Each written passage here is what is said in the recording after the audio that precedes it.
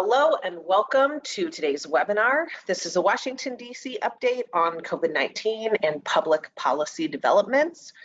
I'm Caitlin Sickles with the Policy Resolution Group at Bracewell. And I am joined today by Omar Nashashibi from the Franklin Partnership. It is just Omar and me today.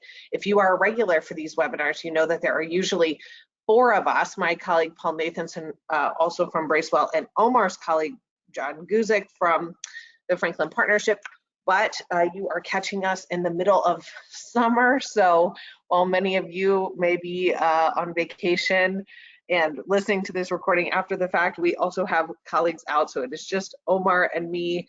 But you know, that's everybody's two favorites from the firm. Delete that part from the recording so I don't get fired. Thank you for tuning in.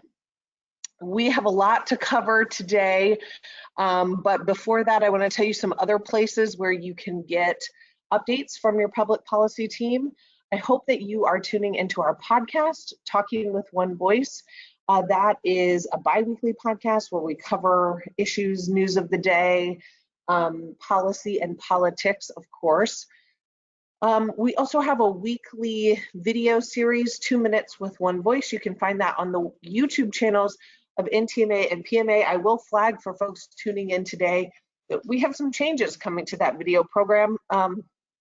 Probably going to be posting with a little bit less frequency, but more time, make those a little bit more in depth. So look for an update on that. You will still hear us and see us on video, but that program may be changing shape a little bit in the coming weeks or months. And then you can always find us on these webinars, of course. You can find the copies of the webinar, both the recording and also the slide deck, on onevoiceinfo.org. That is a combined website for NTMA and PMA, onevoiceinfo.org. You can find the recordings and also other materials that are discussed in the webinar. So what are we going to talk about today? In a second, I'm going to turn it over to Omar, who is going to go through a lot of the content here. As you can see, talking COVID, of course, infrastructure. Is it infrastructure week yet? The never-ending, forever question. When will it be infrastructure week? So we'll talk about that and about payfors there. Lots of other topics, and of course, supply chain disruptions that are impacting so many manufacturers. I'll also give you a quick media update as part of the presentation. So with that, Omar, let me turn it over to you to get started on what our folks need to know on COVID. Thanks so much, Caitlin, and we'll just jump right in there. We've only got about 4 or 5 slides that are COVID specific with regards to regulatory actions and things that have been updated. Obviously, things are continuing to evolve locally, unfortunately, in certain areas with regards to the Delta variant. But as of right now, OSHA has not issued anything new with regards to Delta variant at the federal level. So please continue to watch your state and locals, and especially out in California, we're seeing new mask mandates out there. Speaking of masks, the Food and Drug Administration a couple of weeks ago updated its policy on non-NIOSH approved masks. If you all recall, over a year ago or so, the FDA put into effect what they call an emergency use authorization, an EUA. They did this in a number of areas, including the vaccines that many of us have taken. And what they did is, because we had a shortage on face masks, they allowed temporary importation and use of certain non-NIOSH approved face masks, including some that were manufactured over in China. They have now revoked that temporary use authorization. The EUA is no longer in effect. You can see they are citing at the FDA because they believe that you have enough N95s increased nationwide. Honestly, I happened to stumble across this when I was going to buy and restock the family N95s here for the coming fall, just in case for kids.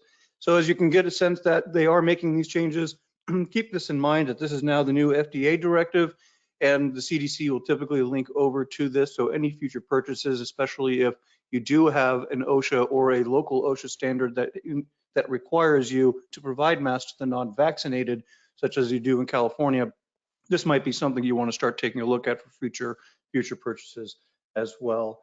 Jumping over onto OSHA, speaking of which, they have removed manufacturing from the COVID National Emphasis Program. I believe about 3 months ago or so, we did a presentation that involved an update on what OSHA did. Instead of putting in an emergency temporary standard by March 15th, that they had intended, they launched a national emphasis program specific to COVID. These NEPs, they've got about 13 of them or so, including for machinery, manufacturing and use. And so these aren't something new, but the NEP was designed to be in place of an emergency temporary standard. What they did is they had two different lists. They had a priority list, and then they had a secondary target industry that they were putting on the watch list for expanded requirements for workers that they were going to implement. Those that were on list one were largely healthcare oriented. Those were on the target list two, where manufacturers, your NAICS codes were included on there, effectively putting you on notice that they might expand the NEP to you. That has now been updated on July 8th. What they went ahead and did is they removed manufacturing, removed the entire secondary list, what we call the secondary annex list. And so you'd no longer have manufacturers being on that target list as of right now for that national emphasis program, in part because you do have the emergency temporary standard out. And as of right now, as I mentioned, the next on the books move for OSHA we have is an infectious disease rule. That is going to be expected in December of 2021. Something gut tells me OSHA is not going to wait that long before taking further action. But as of right now, this is where they are with regard to the NEP removing manufacturing. A couple of other COVID and related items, and especially for your HR and your CFO, and for a couple of areas on that side. The child tax credit payments started going out last week on July 15th. They'll typically range somewhere from the low 200s up to about $300 per month. We thought it would be helpful for you all for planning purposes, since this is a temporary tax credit that's being provided for many that are out there. They look at $300 per month for each child under 6, up to $250 per month for 6 through 17, but more importantly for you on the HR side, so you can start to get a better sense of recruitment. August 13th, September 15, October 15, November, December 15th again. This is important to look at because when you try to factor in the pay that some employees might be getting, and now you have to look at the increased compensation and wage pressures you're receiving from competing with the federal government, frankly, for some of these subsidies that are out there. And as you look at it moving forward, our understanding is this is a top priority for Democrats in the House and Senate to make the child tax credit permanent. The hope there is that it becomes so popular over the coming months between now and December that politically Republicans won't have a choice but to go along with it in some standpoint. Let me just pause for a quick second, since we did have a question related to the COVID NEP slide. Do you know why OSHA removed manufacturing from the NEP list? What they did is they removed the secondary list in its entirety, and that's where manufacturing appeared. So they had the primary target list, and then they had the secondary list that had about 24 or so NAICS codes on it, and manufacturing was listed on that secondary. What they're trying to do with the emphasis program is really go after what they call the high risk situations, where there's a lot of exposure to people that potentially are either unvaccinated or that they pose a risk because you're going into a healthcare environment. So manufacturing was always considered for the most part on the secondary list. So we were happy to not be further singled out. They just removed it in its entirety from that list. So I hope that answers that question there. Next, jumping over to PPP loan forgiveness as we wrap up on the COVID updates. Please, everybody, if you have not submitted your first round forgiveness loan, you really should have by now. Otherwise, you're probably paying principal after this, since you likely crossed the 10-month threshold. So you make sure you've got your forgiveness done for round one. Hopefully, second round forgiveness, you should have already begun thinking about submitting those forgiveness applications that are in there. We do have a decent number of member companies that did request a loan and secure one of $2 million or more. In November, the Small Business Administration moved the goalpost on the Paycheck Protection Program requirements on forgiveness and instituted what's called Form 3509. That's the for-profit questionnaires. It was a necessity questionnaire. They asked about your investments. They asked about personal finances of shareholders and trying to figure out, was it a needs test and did you meet that test or not? We lobbied on this hard, both NTMA and PMA. Before Thanksgiving, we sent letters. We weighed in with Capitol Hill and SBA and Trump's folks, and they finally have pulled it. Our understanding is between the lawsuit and the pressure they received, that the SBA has now removed from their website the Form 3509 and is no longer requiring lenders to have their borrowers fill that out right now. What they're looking at is also on some of this lobbying effort, and the SBA, with regards to removing that from their website, we did get some new information about interagency review that found that there's about $400 billion already been forgiven from 4 million loans, and they look at the 90 million jobs that are or so that have been retained. So what we're seeing right now is continued movement on the forgiveness status over on PPP loans. So we strongly encourage you all to keep moving forward with those as well. We're going to touch on a few regulatory items here if we could, because we want to give some of you a heads up on what we're seeing coming from OSHA, EPA, and Department of Labor, and a few other places out there. And so just to help you forecast and give you an idea of what your government has in store for you, this is based on a recent report that came out a few weeks ago. The government's required to post on their website and let you know the different rules and regulations that are coming. But we got a question here that I want to, it is relevant to this OSHA slide here as you take a look at it. You mentioned that California is requiring unvaccinated personnel to wear masks at work. Is California the only one that is following that as of now? Any ideas if that will progress? What Cal OSHA did 2 Mondays ago, I think it was, is they are requiring that employers have on hand the mask to provide to those that are unvaccinated that they requested and anyone else that requests it. So the employers have to begin at least having that on hand for those that are unvaccinated. We don't know yet if that is going to trend and move further out. Beyond that, it just seems like there's a lot of uncertainty with regards to what's going on vaccinated versus unvaccinated. So it's too soon to tell on the Delta, but with regards to equipment and stockpiling, that is a trend that we potentially could see going on. That was a key point of what Cal OSHA ended up doing a couple of weeks ago on that. And on OSHA Federal, here are a couple of the new and expected. We haven't had a new mechanical power press rule in over 40 years, and that's been pending for some time. Our understanding is they do want to try to move forward with that, but a lockout tagout got pushed back into January. I'm going to highlight only 2 of them that I think are important for you all to take cues on, especially in your shops right now, that we're hearing on heat illness prevention in indoor and outdoor work settings. That is a big priority for this administration and had been under the Obama folks as well, and even under Trump to an extent too. So this is a new poster that they put out there recently, I think towards June or so, about the focus on heat prevention. They've got it in multiple language. There's about 3 or 4 different infographics.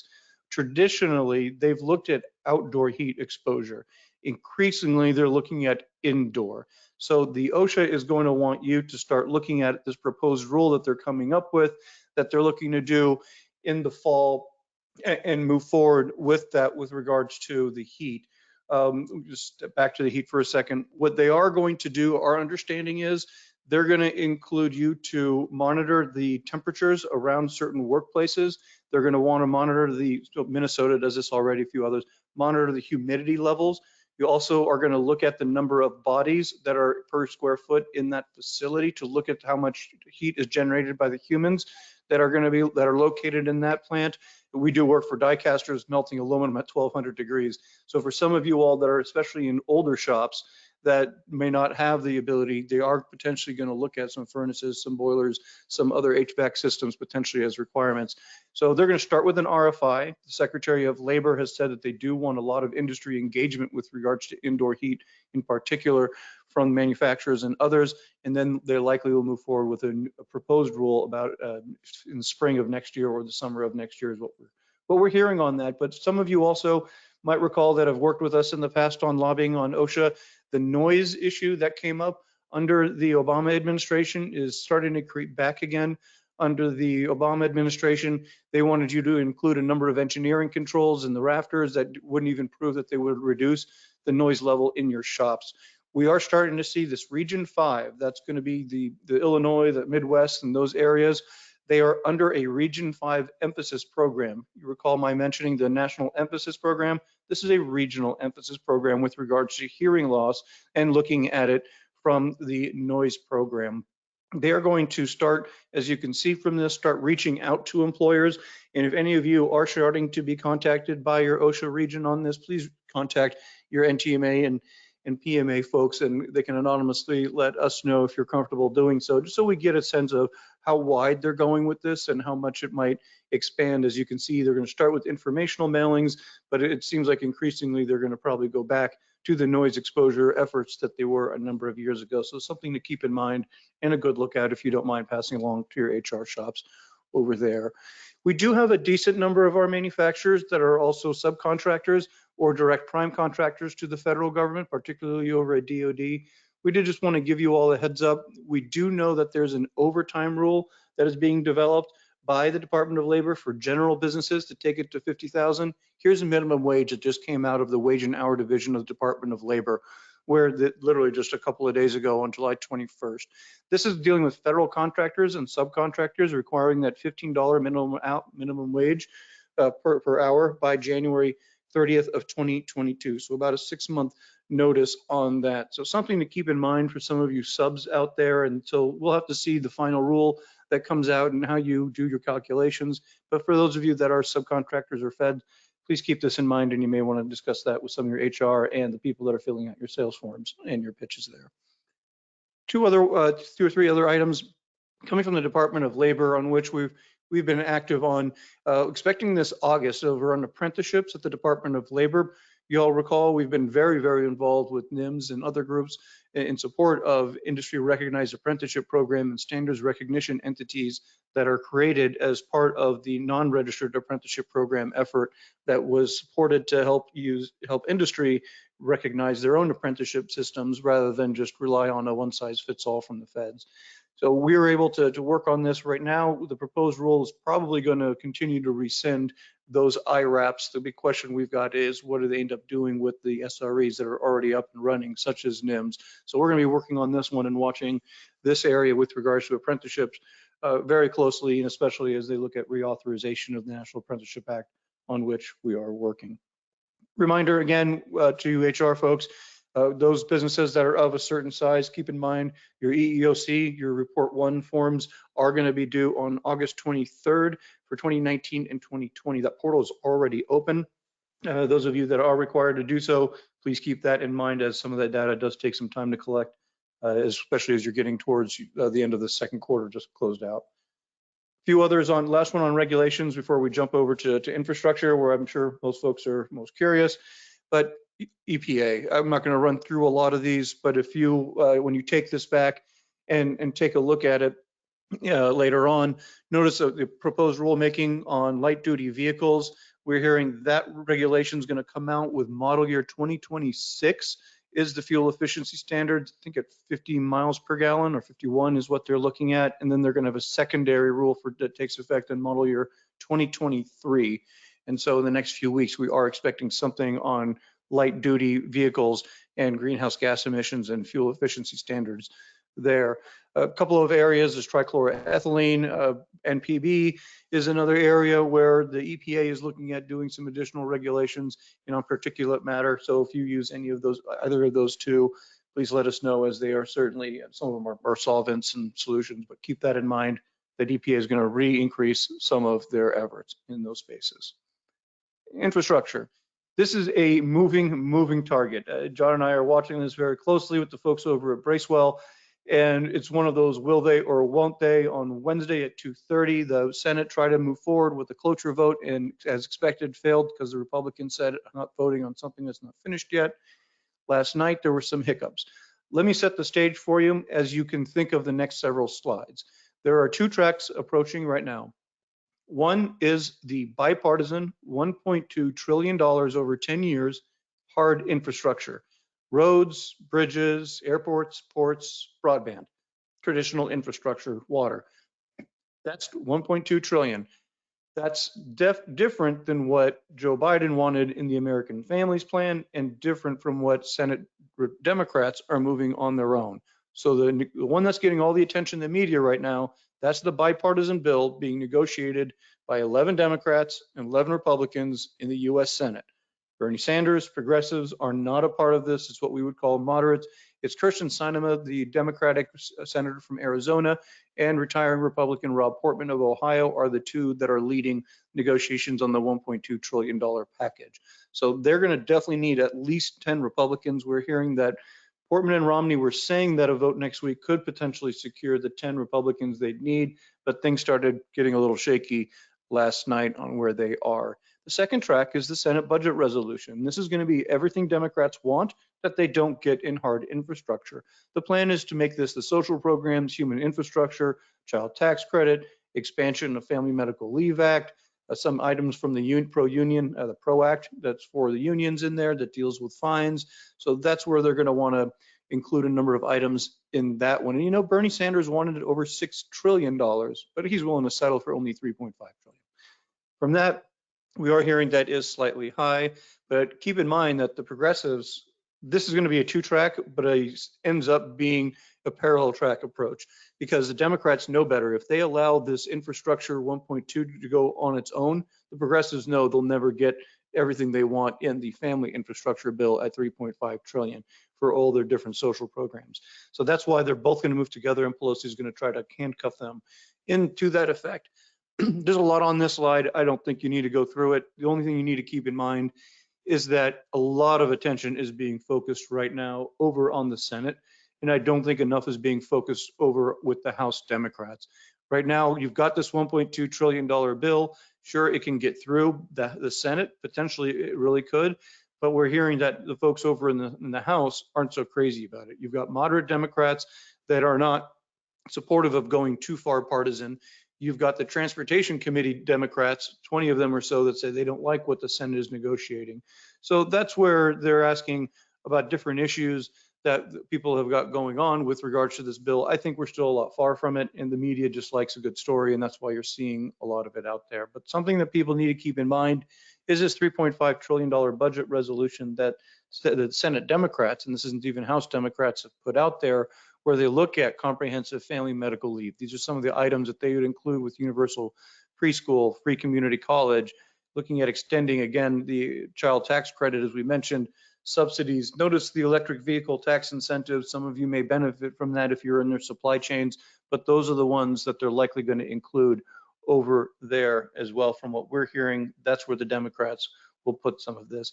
So keep it in mind, the one that's getting the media attention, that's the bipartisan 1.2 trillion over 10 years, surface transportation, et cetera.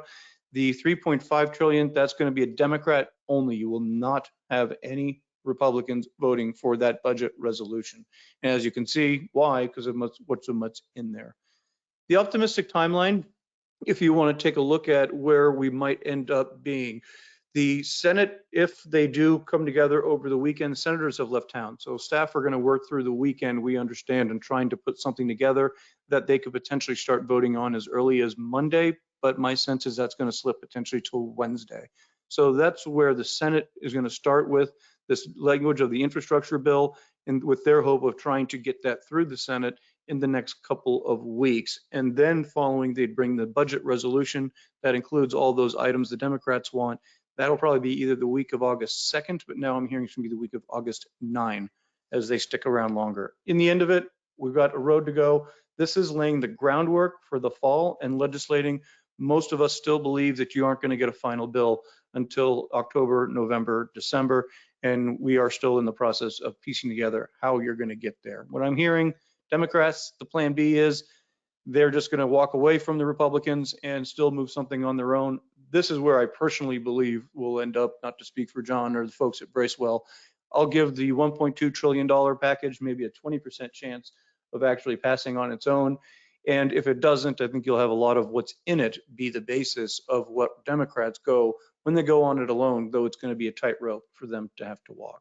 So you look at all that spending. I said 1.2 in the bipartisan, 3.5 on the partisan. That even by Washington math starts getting close to pretty real money, whether you're 4.1, 4.2 trillion, that's some serious, serious cash. So who's going to pay for it? Let me just start quickly with the survey results that came in recently from PMA and NTMA. We had a survey go out into the field earlier in the week. If you haven't filled it out, please do so. There should be a contact in your shop that received it. Tax provisions used by our manufacturers, the Section 179 on small business expensing came in, and usually always does come in ranked as number 1. There's a few ways to read this that's weighted to see obviously overall, but I also like to see how many ranked a certain topic is my number 1 priority for them. So Section 179 R&D tax credit and the 199A on your QBI for pass-throughs that lowered it by 20% deduction there for you. Those are your big ones. And with the exception of 179 and R&D tax credit, all of these items that you see on this list are fully in play and things that we're taking a look at because of what's going to be paid for and included in the reconciliation bill. In the $1.2 trillion measure, they are not going to include any tax increases. Republicans have said, no, we are not going to go along with any changes to the Tax Cuts and Jobs Act. That is their holy grail, so to speak. But in the reconciliation bill, there have been some discussions. Moderate Democrats are pushing back against step-up basis. I think that this affects many of you. One thing that was not on that survey, but we heard from many of you all, was on capital gains and how that impact really does affect a lot of your personal plannings for your shops and for transitions. And from that standpoint is something on which we are lobbying, and we've joined a coalition that's called America's Interest as well, that deals with EBITDA, your depreciation and amortization changes that are coming with a lower level in 2022 is also a potential another pay for. So on the capital gains side, we are starting to see more support from farm state Democrats in particular, and some of those more moderate ones to help us out. We saw that the R&D tax credit also ranked very, very high on that survey for NTMA and PMA members. Want to warn you here that we are increasingly hearing chatter from very, very senior tax writers on Capitol Hill that they're going to do what's called a tax extenders bill. You've heard of this before from us in the past. That's where they're going to extend expiring tax provisions. So the R&D will not be fixed. You all know it turns to amortization over 5 years, starting on January 1st, 2022. Our understanding is they're probably going to try to do a 2-year extension in that tax extenders bill, but that probably won't pass till maybe December. So you're going to have to sit tight on that one as well. We've got a few of our friends from the New Jersey area and New York and California and others that are concerned about state and local tax deduction. The SALT is the 10,000. We're hearing the repeal is unlikely. Bob Menendez, the Democratic senator from New Jersey, is trying to push for a full repeal of that provision that was included in TCJA. Progressives aren't going to go for it. I'm hearing you might see that limit increase from 10,000 to maybe 15,000 for certain earners, but a full repeal of SALT does not sound like it's going to finally be put together. So we're working on a lot of these issues. We're having lobbying meetings continuously, John and I are, with Hill members and staff, and also with our coalition partners with regards to 199A, EBITDA, the estate tax, cap gains, and a number of other areas with regards to SALT and obviously on pass-through and C corporate rates out there. So we're expecting a lot of changes. You're seeing that the Republican senators are united and are completely on our side when it comes to capital gains and the step-up basis with regards to what that will do for the exposure for a lot of the long-term family-held businesses. So that's good that we were able to get all of Republicans on the same side, and I think we've peeled off at least 2 or 3 Senate Democrats on this issue, so that should be helpful to us in that fight. But lastly, on taxes, before we transition over to some supply chain and trade and over to Bracewell, this is important with regards to pass-throughs. We have about 2/3 of our member companies report that they are pass-through, which means they are sole proprietors, LLCs, LLPs, but mostly S corporations. The vast majority of businesses in this country are S corporations or some kind of a pass-through. The chairman of the Senate Finance Committee has introduced a new bill that would limit Section 199A. If you recall, on our survey that ranked quite a bit, the Section 199A is something a lot of our member companies use and was ranked first, third most often in this. Effectively, what it does for many of our earners, it allows them to reduce their income as a deduction by 20%. So that's a significant deduction of effective rate too when you calculate the deduction, what that translates into, 7 or so percent, it depends on your income.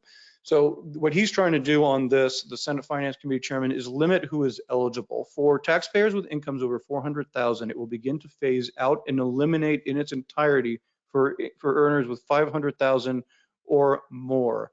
So what we're seeing from that standpoint is he's definitely looking at a limitation. And while he allows some attorneys and accountants and people like me in certain tax areas to now claim that 20% deduction, it's limited still in terms of what's in there. One thing I want to point out for many of our members, please talk to your accountants on this, because some of the family-owned businesses, you're structured as estates and trusts. And so the estate and trust under this proposal, which is just that right now, a proposal, would no longer be eligible for the 199A 20% deduction on QBI that was included in TCJA. This elimination of estates and trusts, a prohibition on them claiming this 199 was actually included in that Republican passed law in 2017 was bounced at the end. So keep in mind, there's precedent for this. I would suggest CFOs and others take notice. Or do you have exposure on estate and trust no longer, because this potentially could be a pay for in that $3.5 trillion, which is the goal for the chairman to include it there. We're part of a coalition that's already begun working on this. We sent a letter up to the Hill a few weeks ago, and we're continuing to do congressional meetings. So just know that on taxes, changes to 199A, those are certainly also possible that are out there. Let me just start to wrap up here in a bit and just talk about supply chain disruptions and some of the initiatives this president has undertaken with regards to supply chain and anti-competitiveness behavior. The previous administration started looking into some of the competition issues going on, but this one is really focused on shipping, on freight, ocean, and on rail, and looking at how there's been a consolidation in some of these areas that are leading to major delays in shipping and also higher shipping costs for inputs for manufacturers such as yourselves and exports for exporters such as yourselves.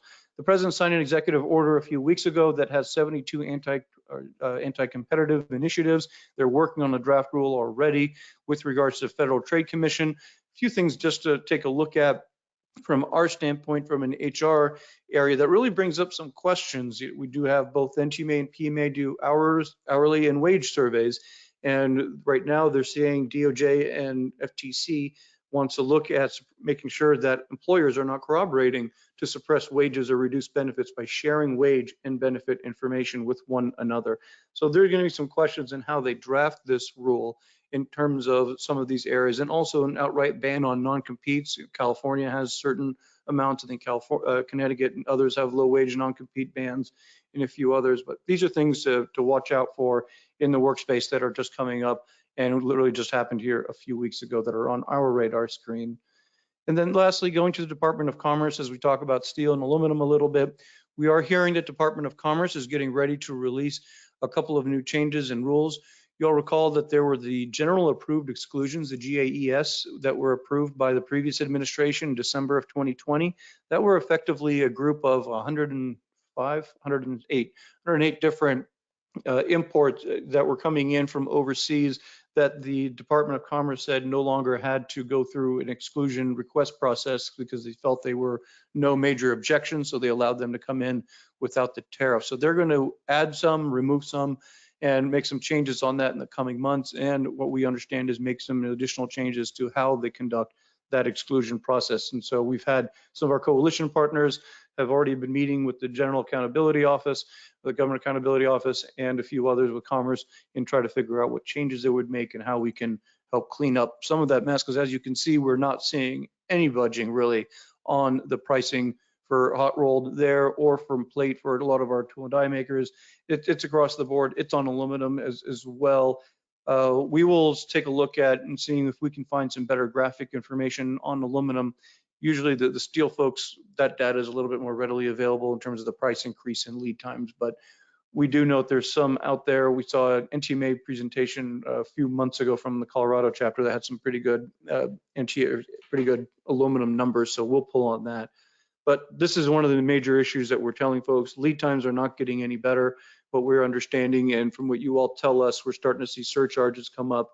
And with that, that means that things are getting even tighter out there for you all and not letting up. But I'll turn it over to Caitlin a little, because a part of what we've been talking about on these previous slides really involves getting your message out and making sure that that message is being heard. I do think we're moving the needle quite a bit in certain spaces, but a lot of that's because of the pressure coming on the media side as well. Yeah, thanks, Omar. So I think what's interesting about this slide is you can see we are doing, and by we I mean NTMA and PMA members are doing interviews on the whole range of topics that have been discussed on the webinar. So we have everything from workforce issues, tax and trade. We do, of course, a lot of local press interviews when those opportunities come up, but also really high profile press. So just since we've done the last webinar, we've had members featured in the Wall Street Journal and the Associated Press.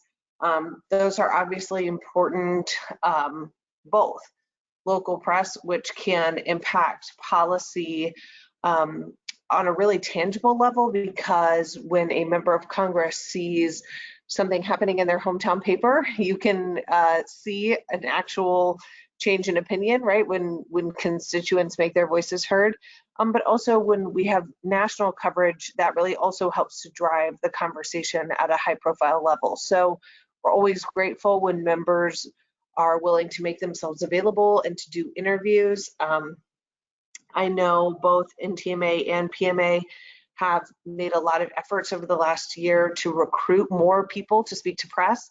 I know we've had several in the last month who hadn't spoken to press before, but who did interviews. So grateful for those folks and for the many others who are our regular go-tos who do these interviews, because as Omar says, it gives us content to share directly with offices. They can take that to the Hill.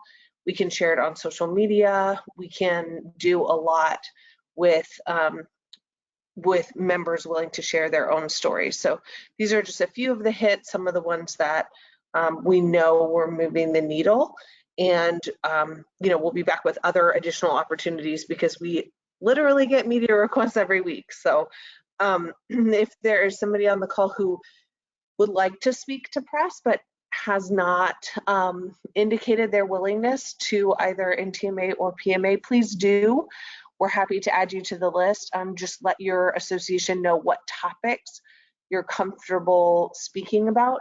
Generally, requests come in on workforce issues, tax issues, supply chain issues, and then occasionally on national policy issues like infrastructure. So, do let us know what you're comfortable speaking to. And of course, just remember also that we won't send you in flying blind. We will give you talking points and other training as well.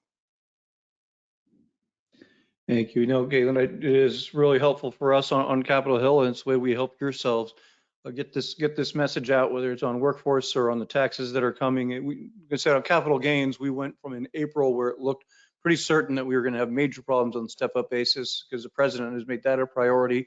And after pressure campaign, grassroots, people talking, that really helped. Another time where you could see major success on that as well is we did an action alert recently with regards to government spending. And we've got to make sure we keep a lot of it in check, or at least make sure it goes in the right directions. And we were able to increase funding for registered apprenticeship programs by $100 million and for WIOA grants by $238 million.